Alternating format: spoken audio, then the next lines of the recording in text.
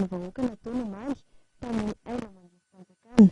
Ny fitiavako ity tanindrazantsika ity no lehibe sy mavesa-danja lavitra mihoatra noho ny ampipoko sy ny faniriako ilatsaka hovidiana ho filoham-pirenena araky ny fanambarako ombenombeny raha teo.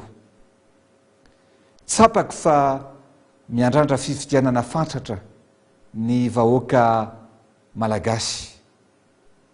Noho izany dia manaja ny fanapa-kevitry ny fitsarana manokana momba ny fifidianana na ny CES ny tenako.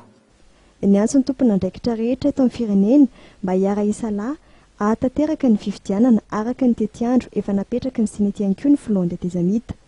Ho azy tsy tokony anaiko ho tratra ny velam-pandrika amin'ny ady an-trano ny vahoaka malagasy noho ny tsy fitoviam-pijery ara-politika. Tsy mila intsony isika olona na dia iray aza amoy ny ainy noho ny tsy fitovian-kevitra ara-politika. Mipetraka ho vahaolana ho an'ny firenena ny tenako androany ary ho vahaolana ho an'ny firenena rapitso.